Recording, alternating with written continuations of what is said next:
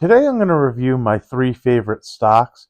They're my three of my top four holdings. They would actually be the three top of three, except one of them I combined two stocks into one. But stick around, it should be a great video, and they're phenomenal companies. Hello, my YouTube friends. Happy Super Bowl Sunday. I hope everybody's doing well. Today I'm going to review my three favorite companies. My name is Adam Kahn, and this is Dividend Retirement. As you join me in a rotation out of actually probably these three companies in the dividends, because I'm just getting older and it's time to kind of start rotating in. They've had phenomenal success over the past few years. But to be quite honest, I still think they're phenomenal investments, which is why I'm in no rush to get out of them and just slowly getting out as they continue to move higher, assuming they do, unless we have some big correction, which I'm sure I'll yap about throughout the video. Now, as always, nothing in the video is financial advice. I am not a professional financial advisor, so please don't listen to me when you're making your financial decisions and your investments.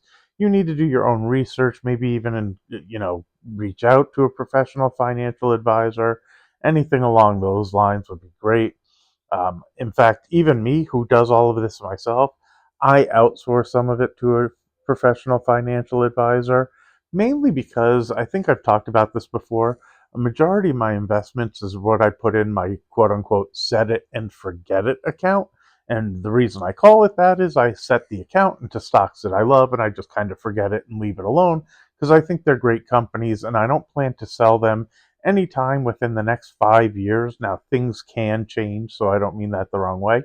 But it's even set up, it doesn't have online access. Like, I can view it, but I can't make trades. I can't request anything. I can't make any changes. I have to actually call like an old fashioned brokerage account, which I love because it stops me from being me.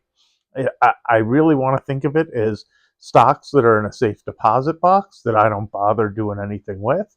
I think these companies will grow over the next 5 years. So there's just no reason to worry about the ups and downs and potentially make changes out of fear or greed and nervousness and excitement just based on fluctuations. And if nothing in the company changes, why would I make any changes in the investments? I think of these as investing in the companies, not trading, which is completely different. Those of you who like to trade, that's a different scenario. I do have a smaller trading account because I was a professional trader. Well, I am a professional trader and I've been doing it for over 30 years. But I was also a floor trader at the Chicago Mercantile Exchange for a long time, which has created a personality where I do pay attention to the fluctuations. So I keep a smaller separate account where I can still trade and actively participate. But in the one that I really want to just be invested in, I leave it alone, I set it and forget it, and I go from there. So my three favorite stocks are Amazon, Google, and Meta. I think they're phenomenal.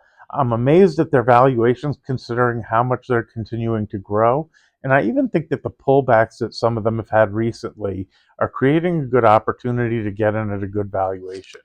I think there's a combination of things going on. The street is beginning to worry about this AI investment and what the potential for profits is going to be. But you have to trust the people that you're investing in and the board and the decisions that they're making, that their investments, like whether you understand it or not, are good investments to grow the company going forward. And these guys are spending a ton on capital expenditure. I think Meta, I'll look at the numbers. I wrote my little things to go over when I actually get in each one.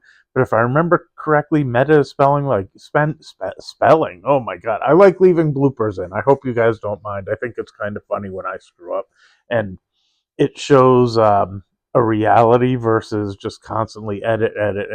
Anyway, so Meta is spending somewhere between 1.15 and 1.25 billion dollars, which the street was like overwhelmed with, and the stock sold off.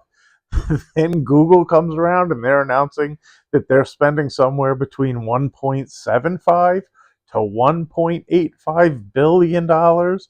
And then Amazon comes in and they're the biggest of the big and they're spending 200 billion. So it's just incredible amount of money that these guys are spending, but there must be a reason and they must not just be wasting the money is my real attitude. And if you stick around to the end, I'm going to do a little bit on Microsoft as well, because I actually think that the pullback that it had recently makes it attractive in terms of valuation. So I think that these are four of the greatest companies in the world, to be perfectly honest, at reasonable valuations, which creates an opportunity that if you don't own them, it may be worth picking up or at least looking into. And sometimes I think we try to look a little too hard to find that diamond in the rough because we're hoping to find the next Nvidia, or I guess Apple could be on that list too, of like the next Apple, of company that just expands at a huge growth rate. But I think if you just stay with some of the best companies and ignore everything else and just stay with them for 10 or 20 years, you'll be amazed what a already mature company can do over a time frame. Now, I'm going to try to do it really quick, but I've talked about it before. What I talk about oftentimes is my purchase of McDonald's when I go back to 1989. I was in a fortunate position where I was given a gift. I picked about five different stocks, one of which was McDonald's. And I know it's easy to say now, but I bought McDonald's back then. It was already a mature company. It wasn't some newfangled whatever. There were all these stories about grandmas who had put $1,000 into McDonald's and they were millionaires. And $1 million was significantly different than it is today, even though it's still a lot of money. So I bought 100 shares. It was trading somewhere around 23, maybe $24 a share. Well, fast forward today, not only is it 300 and what, $25 a share, it's split three times. So I would have 800 shares at 300 and change, which would be over $250,000 from a $2,400 investment. And the funny thing is, I did the math because somebody was talking about their yield on their investment. I put, let's say, a maximum of $2,400 into it. I would be getting $5,900 a year just off the dividend if I had never sold any of it. Now, unfortunately, as a kid, anytime it split, I was all too excited because I went from having 100 shares to 200. So I would sell 100 shares and I would go buy whatever goofy stuff I wanted to own.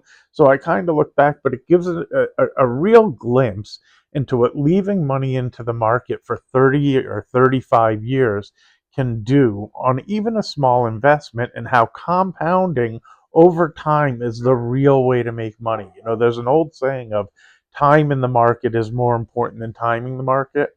And I can tell you from my experience how important and valuable that is. Because in the time frame that McDonald's did that, there were three or four times the company fell in half or more and got out of favor. There was a couple times they had mad cow's disease and it was a terrible investment and people were hating on it. That's kind of why I've grown that phrase of bad news on good companies. Because if your time horizon is not the next 6 months or a year, and your time horizon is 5 or 10 years, even on a bad pick, odds are if you're picking something that doesn't go out of business, it should kind of keep up with inflation. And if you're fortunate enough to pick something that you're buying inexpensively because it's discounted because of bad news, and it just kind of chugs along. Not only are you going to get the inflation adjustment as the prices go up, you should get the pop when it's finally not out of favor, because things ebb and flow in popularity and unpopular. A YouTuber who I love and I think he does a great job has been really negative on Starbucks, but it's kind of where I go and I compare it to McDonald's or anything else. Over the next 10 years, my guess is Starbucks does just fine. Whatever nervousness about whatever's going on today, whatever drove the stock price down, you look out 10 years instead of 2 years, and I'm guessing it's a decent investment. It's why in my set it and forget it account, I don't get in and out of things. Anyway, I want to get into these three stocks. I'm not going to go in any order in particular. I'm just going to go like I have my little pieces of paper. I'll just go how I've written it down. So Amazon, which closed at 210.32 after reporting, they beat on revenue and missed on earnings per share, which I think is actually more important, because I feel like you can do some cost cutting to make the earnings per share go up, or some things to kind of press that side of it. I think the revenue is more important in a lot of ways, but the street hated it. Stock sold off pretty good. I think that creates an opportunity. I don't see that as a panic because things are just going to get worse. So retail is by far their largest point of revenue. Their AWS, which is what everybody focuses on because they have really good margins and it's growing at a rapid pace. They're number one in that space. They now have Microsoft and Google coming after them. And little asterisk, I kind of wonder if Meta is going to go that route too as they're building out all their AI, but they might just be using it for themselves. So their advertising is also growing at a super high rate, which I've noticed more and more. Like we have Amazon Prime. If I watch shows on Prime, I think they almost have too many commercials. But what I'm guessing is something that AI is going to be able to attach eventually is they're going to be able to equate the things you're searching for on Amazon to be able to target the commercials that you get if you're watching Amazon Prime as well. I think that YouTube may start being able to do some of that too based on searches and everything else if they haven't already. I mean, maybe I'm behind the times. But I think if you're on Amazon searching for glasses, maybe you get an advertisement for glasses while you're watching. And the other thing I've noticed on Prime is it gives you an opportunity when the advertisement comes up that maybe you just buy that product. So it's pretty cool that you're watching the equivalent of a movie or TV or whatever else. The ad pops up. You can just hit the button to say, yeah, I want it. And it would show up in your garage or at your doorstep or in your mail like the next day or whenever it is. So they have 12 to 14% revenue growth year over year, which is pretty awesome for a company the size of Amazon, which is why I love the mega caps. Not only are they secure in the size of the business, they are still growing at an extremely fast pace, which is just unheard of. It's super hard for a mature big company to grow at these paces. As I said earlier, part of the thing that the sell-off was is 200 billion in capex that the street doesn't know if they've overestimate what the return is going to be like, and maybe they have, but I still say if you're investing in these companies, you have to trust the board members and that they're seeing something that maybe the street isn't. So the average 12-month target, which take with a grain of salt because I think some of these analysts are idiots, but to be fair, when I look at the valuation, uh, it's kind of where I put it too, is somewhere between 280 and $300 a share on average, and that's a really nice return. And I'm hoping it's that over the next 12 months or so. Its trailing PE is 32 and a half. Forward PE is about 30, which I think is really reasonable and for their growth rate. And then their competition for their Amazon Web Services being Microsoft and Google.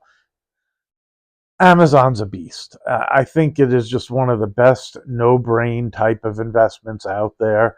They're well diversified at this point, and if you're anything like us, you're getting a couple packages every week, at least, if not every 2 weeks.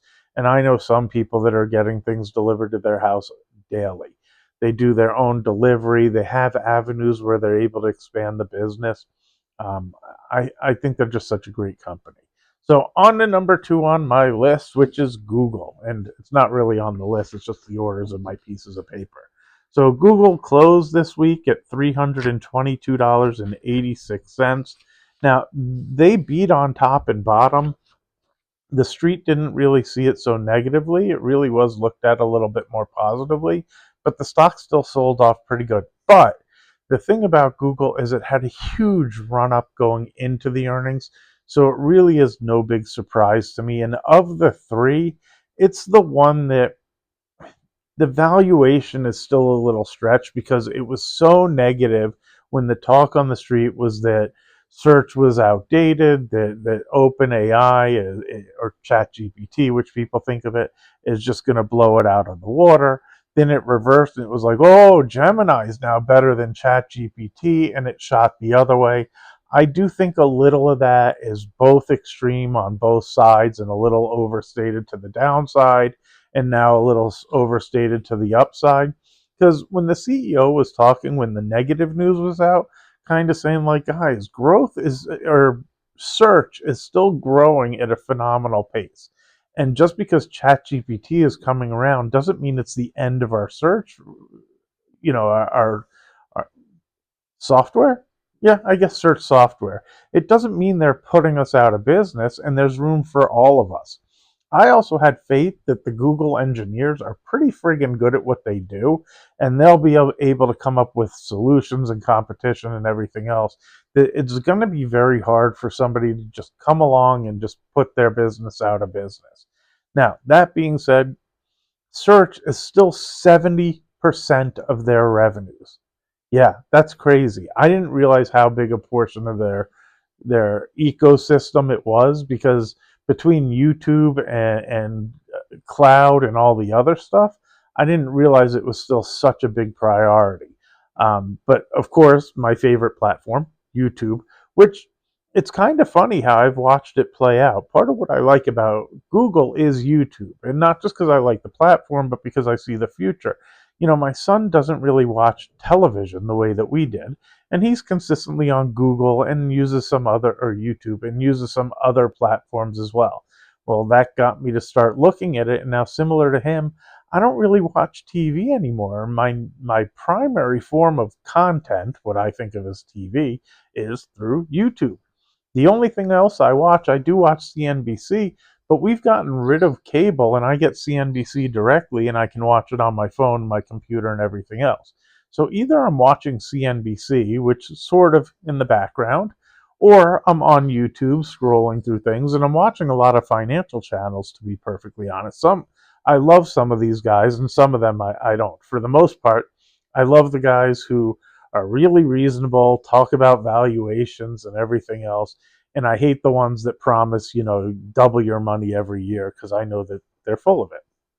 So they're also Google Cloud. They're number 3 in the space, behind Amazon Web Services and Microsoft's, I think it's Azure. But they're growing at a really fast pace, and it's got high margins, which everything that Google does is pretty high margins. Um, they're using Gemini, of course, as a strategic priority. And then the other thing that I love about Google is Waymo. Part of why I love Waymo is because I think it's like owning a free call. I don't think it really adds to the valuation of the stock. Maybe it does. Maybe people are factoring into it. But as opposed to what goes on with Tesla, where robo-taxi is a huge valuation of Tesla stock, I think Waymo is just a tiny little percentage, and if it works, you get this immense growth potential off of not having a whole lot of investment in it. That's one of the reasons it's very hard for me in companies like Tesla. I just feel like they're so overvalued, because these, I don't want to call them pipe dreams, because they could happen, but these things that are high risk, high reward have huge valuations. Whereas if you go into Google, the stuff that has high risk, high reward has very little valuation in the stock price, meaning it has potential to grow. Now, their CapEx expenditure confirmed, because now I'm looking at my piece of paper, somewhere between 175 to 185 billion dollars.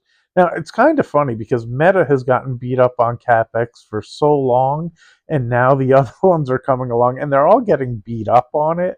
But I think there's something to be said if the largest, best companies in the world are spending this type of money on it. Now, they almost have to compete with each other. But I do think that they see something at the end of the tunnel, or they wouldn't just be spending the money. They would let their competitors spend it, and they would go a different route. I do think that they've seen something, that they think the revenues are there, and it's going to put them in a position to be in the top spots. So fourth quarter net income was up 30%, and revenue above expectation. The trailing PE is about 30, which is a little high, but the forward PE looks like it's about 24, which I think is in line. It's kind of my point. I don't think Google's any bargain, but I do think it's kind of fairly priced, and it's a company I own, and it's one I would want to own if I didn't. And then last but definitely not least, because it's actually my favorite company, before I give the bonus one to Microsoft, but Meta is my favorite company by far. And it's also my largest holding by far, making up 15%, which, if you saw the video the other day, of my set it and forget it portfolio. It closed Friday at $661.46. Um, It's obviously in the advertising business. The amazing thing about Meta is between its platforms, it has over 3.5 billion average daily users. So when you think about things like television in the past and advertising and everything else, imagine being in the position to do an advertisement to 3.5 billion people if you wanted to.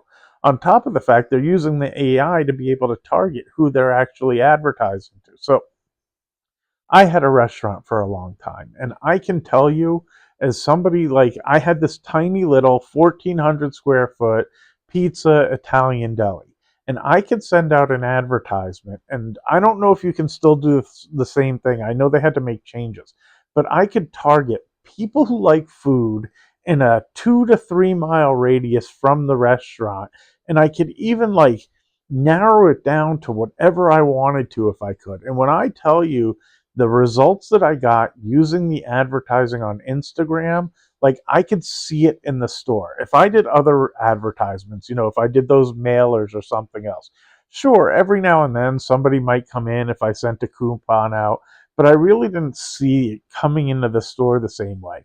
If I sent something out on Instagram, and I even started doing things like we had phenomenal lasagna. So if I would do, instead of $14 or $15 back then, I would discount it just for the day and do, if you see this today, come on in for $7.95 lasagna. People would come in the store that day, and not only would they come in, they would come in like a bunch of them.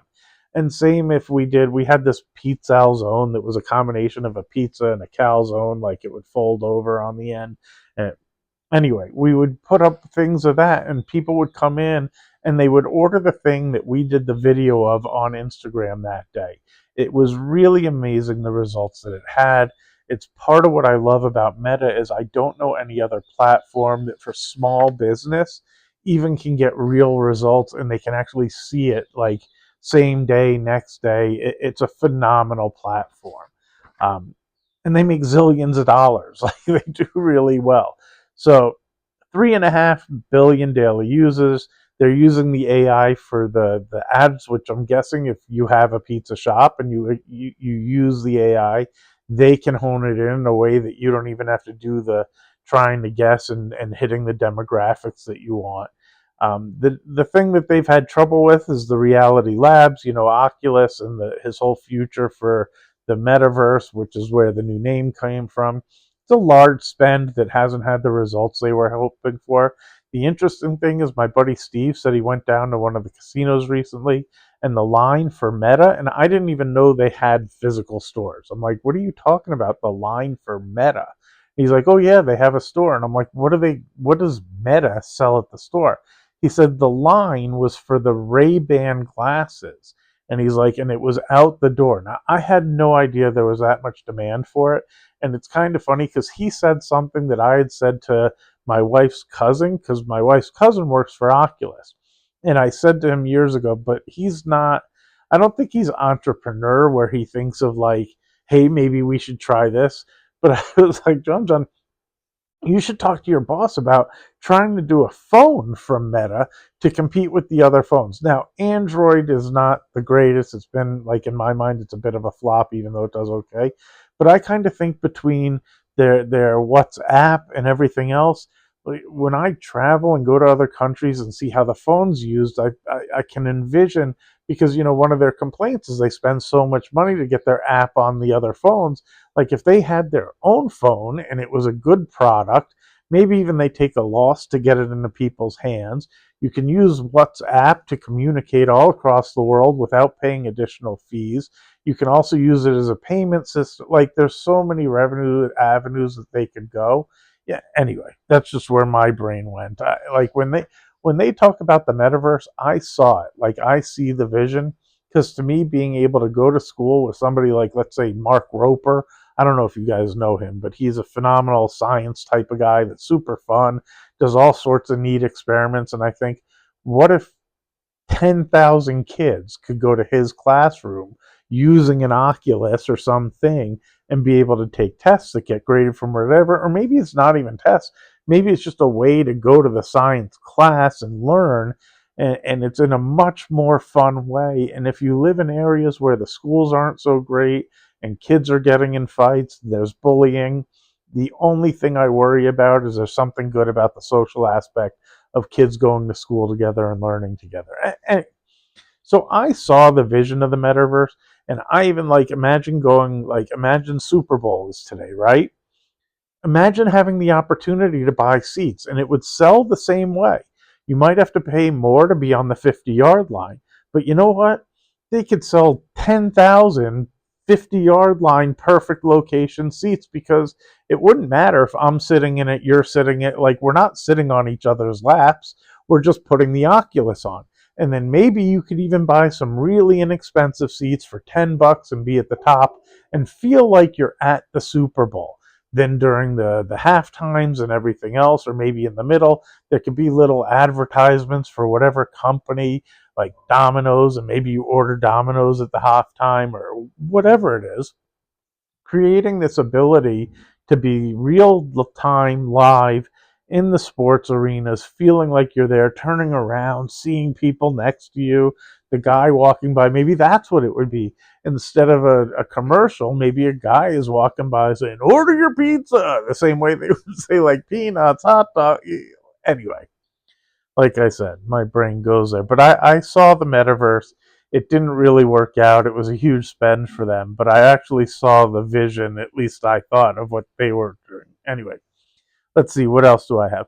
So this is the other reason I love Meta. They're trailing PE 23.49 with growth estimates of somewhere between 24 and 27% going forward.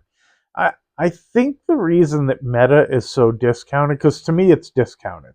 Like, I think Meta is on sale. I think it's a great valuation and a good opportunity. And when I dug into it, I think the reason that they always seem a little bit discounted is they're constantly in lawsuits. Like right now, they're one in Mexico where they're being, I don't want to say charged, but they're going after them for, what did they say? Oh, child safety is what they called it.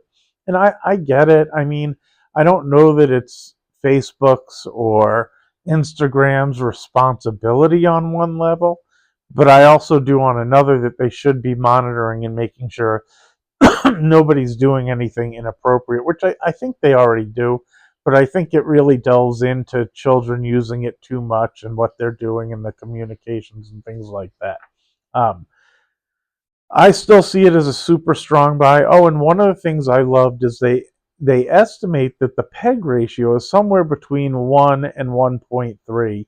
Again, on a company the size of Meta that's able to grow at the pace it's growing at, that is why, like, I haven't rushed to get out of the trade and move into dividend stocks, because I think it's still such a great value that it's got a ton of room despite how much it's grown over the years.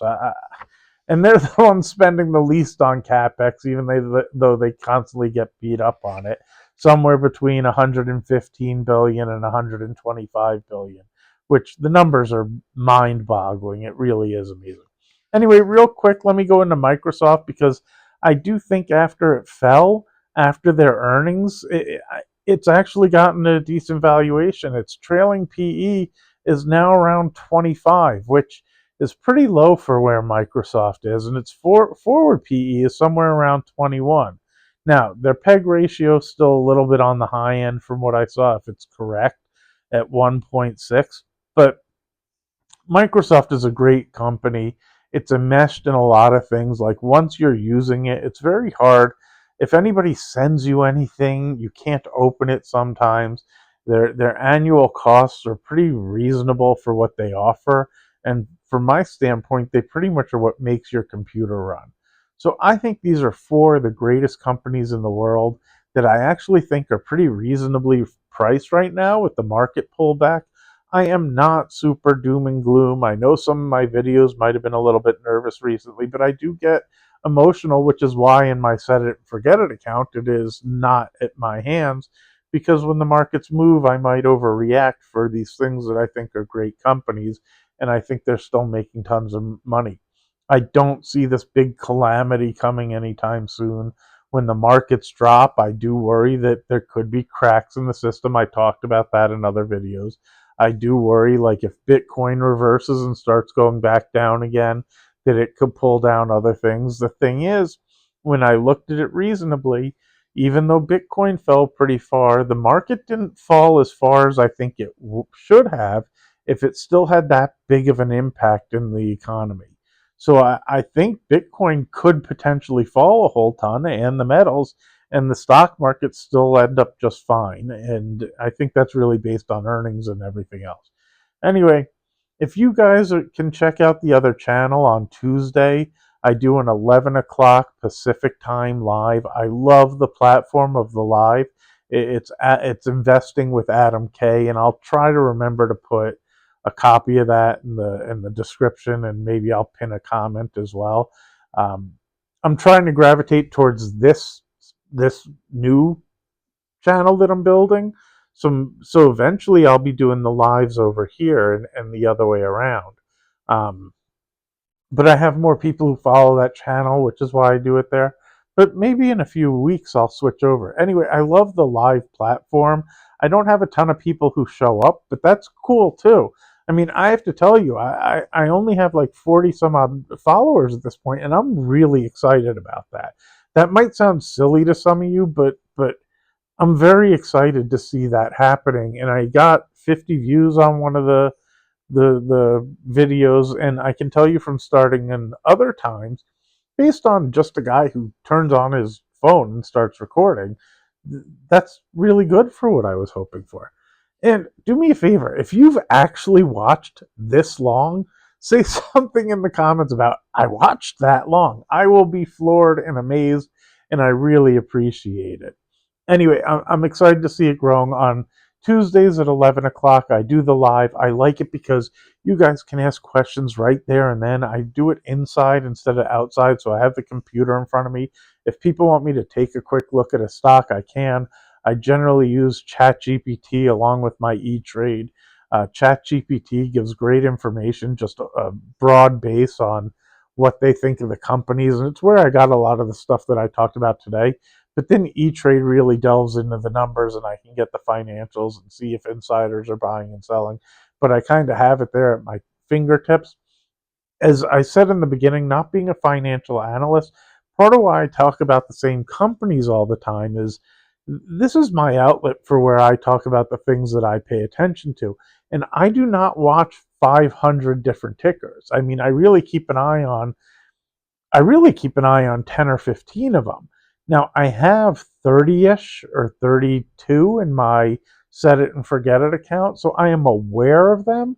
But when I say I don't watch them, I really don't watch them or pay attention. Like, I could care less where Procter and Gamble goes on Monday or Tuesday. I don't even pay attention. I'm comfortable with the trade, and it is what it is. And I have maybe 10 or 12 Procter and Gamble-ish type of investments. It doesn't mean that I don't think it's fair valuation. I picked it up because it had fallen a good amount, and but I don't watch it. I don't follow it the same way, and I'm not actively looking for things typically. The only things I've been looking for maybe to rotate into dividends, because like I said, it's dividend retirement, and my goal is similar to Gen X dividend investor. At some point, just be invested in some dividend stocks, have those checks come in, and just travel the world with my wife and my son and be happy. Anyway, have a great Sunday. Have a great Super Bowl Sunday. Do me a favor, make some comments in the comment section. If you want to like or subscribe, that's great. If you don't, that's great too. I hope you find some entertainment value and you enjoy the information.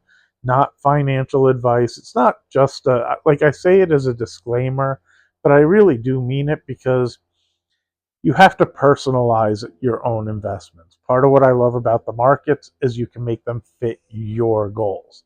I'm making mine fit my goals, and they're slowly changing, which makes it an interesting transitional period for me. But they were different before, they're different now, and what you're going to need for your life is totally different.